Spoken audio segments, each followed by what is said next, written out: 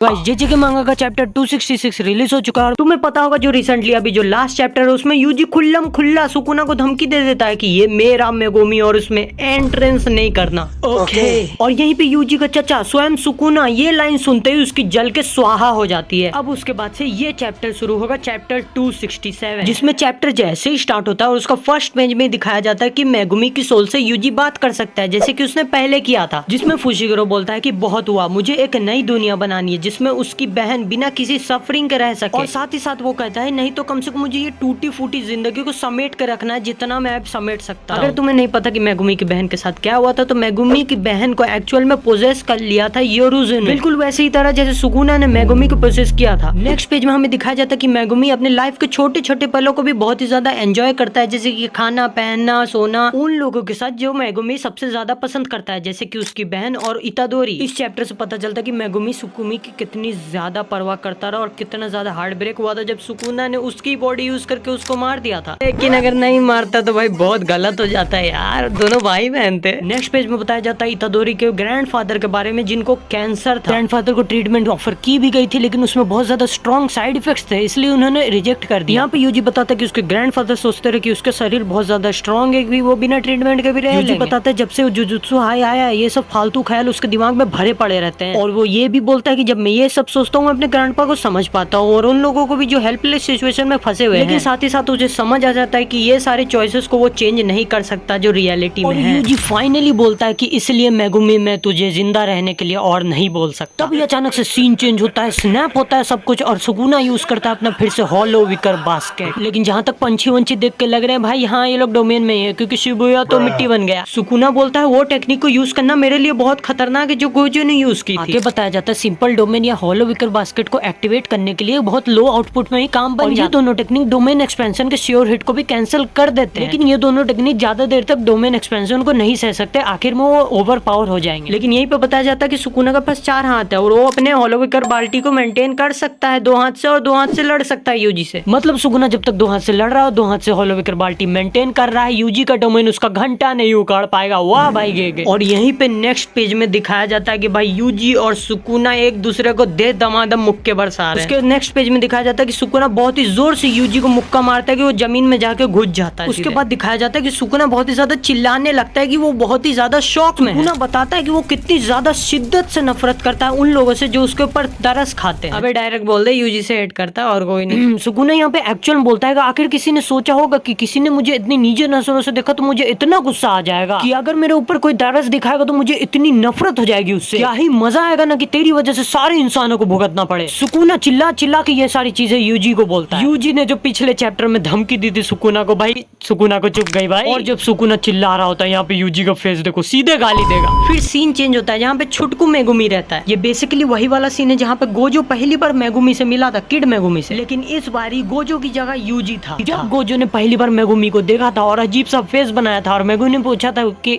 What's with that face, same question यहाँ पे kid Megumi करता है यूजी से, लेकिन यहाँ पे यूजी थोड़ा इमोशनल होकर कुछ और जवाब देता है। यहाँ पे यूजी इमोशनली बोलता है कि यार फुशिगुरो तेरे बिना बहुत अकेला हो जाऊंगा यार। बेसिकली वो बोलता है it will be so lonely without you. Scene दोबारा यूजी और सुकुना की फाइट में आता है और यहाँ पे दिखाता है कि सुकुना का जो पैर है वो शैडो के अंदर डूब चुका है। तुम्हें पता होगा सुकुना ने आया था इविल के अंदर गोजो से फाइट करने से पहले ताकि वो उस मेगुमी की सोल को सप्रेस कर सके और उसके बॉडी में टेक ओवर, लेकिन वो जो रिचुअल था बिल्कुल टूट चुका है यूजी के डिसमेंटल पंचेस की वजह से। फिर यूजी सुकुना को इतना जोर से मुक्का मारता है कि सुकुना उड़ के फेंका जाता है। और यहाँ पे कोई नहीं बोलेगा कि सुकुना को नाक रिजेनरेट करनी पड़ेगी। भाई कितना जोर से मुक्का खाया हुआ है सीधे नाक। यहाँ पे जो सुकुना का पैर शैडो में घुसा था यूजी समझ जाता है कि वो मेगुमी की टेक्निक है और वो स्माइल करता है। यूजी एक्चुअल में समझ चुका था मेगुमी भी फाइट बैक कर रहा है और उसकी हेल्प कर रहा है। और जैसे सुकुना उड़ के फेंकार होता है यूजी उसका पीछा करता है और फिर सुकुना और यूजी की फाइट पूरी इंटेंस होने लगती है, खतरनाक। मतलब यूजी एकदम दबा के पंचेस मारने लगता है जिससे सुकुना का दिमाग और खराब होने लगता है। दोनों एक साथ एक दूसरे के बाल पकड़ते हैं और दोनों एक साथ एक दूसरे को हेड पे सीधा ब्रेन पे पंच करने लगते हैं, वो भी इतने जोर से कि तुम ब्लड देख सकते हो। वो भी भाई लगातार कॉन्टिन्यूअस पंच बिना रुके दोनों। और भाई यूजी का एक पंच ऐसा लगता है सुकुना को जाके कि सुकुना की सीधे फट जाती है और उसका हॉलो विकर बास्केट क्रैक हो जाता है। यहाँ पे सुकुना सोचता है कि यूजी के पंचेस में कुछ ऐसे इफेक्ट है जो रिवर्स कर्स टेक्निक से हील नहीं हो सकते। और सुकुना यहाँ पे सोचता है कि अगर ऐसा ही चलता रहा तो ये मेरा हॉलो विकर बास्केट तोड़ देगा और मुझे अपने डोमेन से खत्म कर देगा। और यहाँ पे अचानक से सुकुना अपने स्लैशेस भेजता है और यूजी उसके क्लॉज ऑफ क्लैमिटी को तोड़ देता है कि मतलब सुकुना को समझ आ गया था कि ये इफेक्ट कहाँ से मिल रहा है। यार राइटर को इतना स्मार्ट बनाने की जरूरत नहीं थी सुकुना को। यहाँ पे यूजी सोचता है कि सुकुना की कर्स टेक्निक रिकवर हो गई। बेसिकली यहाँ पे सुकुना फिर से गोजू का हैंड साइन यूज करता है अपने डोमेन एक्सपेंशन को खोलने के लिए, क्योंकि उसका अभी भी ब्रेन फ्राई होकर रखा है अनलिमिटेड वॉइड से। लेकिन यहाँ पे जैसे ही सुकुना डोमेन एक्सपेंशन बोलता है और वो चौंक जाता है कि यूजी की फिंगर्स उसके हाथ में नहीं है। यहाँ पे हमें आखिरी पैनल में एक गोल गोल सीढ़ियां दिखाई जाती है जिसमें सुकुना की फिंगर बंधी हुई है और थोड़ी से वो वाइब्रेट कर रही है। Dream vibrator for every girl. तो इससे हमें पता चल जाता है कि सुकुना की लास्ट फिंगर है वो रिका ने अभी तक नहीं खाई है, वो कहीं एग्जिस्ट करती है। या फिर मैं अपने से सोच के बता रहा हूँ कि ये जो लास्ट फिंगर है ये यूजी की ही फिंगर है और उसने उसे छुपा दिया एक सीक्रेट जगह में ताकि ये सुकुना को ना मिल सके। तुम्हें पता है वो लास्ट फिंगर मिल गई तो सुकुना अपने फुल पावर में चल जाएगा और उसे अपना लास्ट वाला वेपन भी मिल जाएगा और उसके बाद हराना तो मैं नहीं सोच सकता भाई, उसे कोई हरा रहा है इसके बाद। सुकुना ने आखिरी में अपनी फिंगर्स को सेंस करा था तो उसका मतलब उसकी फिंगर कहीं आस पास ही आ गई है उसकी, लेकिन वो एक ऐसे सीक्रेट जगह में जो हमें कभी भी जीजीके में पहले नहीं दिखा गई है। मुझे लगता है कि यूजी के डोमेन के ही अंदर उसकी फिंगर है। यहाँ पे राइटर ने खुद लास्ट में लिखा है what does this finger mean, और यहाँ पे राइटर ने ऊपर से ये भी लिखा है कि शिंजुकू रीच इट्स क्लाइमैक्स, मतलब ये जो शिंजुकू आर्क है वो खत्म होने वाला है, मतलब ये शायद लास्ट चैप्टर हो सकता है, इसके बाद चैप्टर आने वाला है। तुम्हें क्या लगता है कि नेक्स्ट चैप्टर में क्या आने वाला है? राइटर ने हमें फिर से एक क्लिफ हैंगर में छोड़ दिया भाई। मैं अगर अपनी पर्सनल थिंकिंग बताऊं ना तो मुझे लगता है कि ये 3 चीजें हो सकती है। पहला तो मुझे लगता है कि यूजी से गुस्सा के सुकुना भैया जी सिर्फ मर्जरी एक्टिवेट करेंगे कि ले यूजी फाकी। और भाई दूसरी चीज ये हो सकती है कि यूजी को ही किसी तरह करके ये फिंगर मिल जाए और वही इस फिंगर को खा ले और सुकुना को अपने पास वापस बुला ले, क्योंकि यूजी ज्यादा कंट्रोल कर लेता है सुकुना को मेगुमी से। मतलब ये हो सकता है कि ये फिंगर को खाने के बाद यूजी जबरदस्ती सुकुना को अपने अंदर फिर से कैद कर सकेगा। और भाई तीसरी पॉसिबिलिटी ये है कि सुकुना को एक्चुअल में वो फिंगर मिल जाए और वो फिंगर को खा ले और उसको अपना लास्ट वेपन मिल जाए और अपने ट्रू फॉर्म में आ जाए और उसके 4 आंख के जगह 6 आंख हो जाए।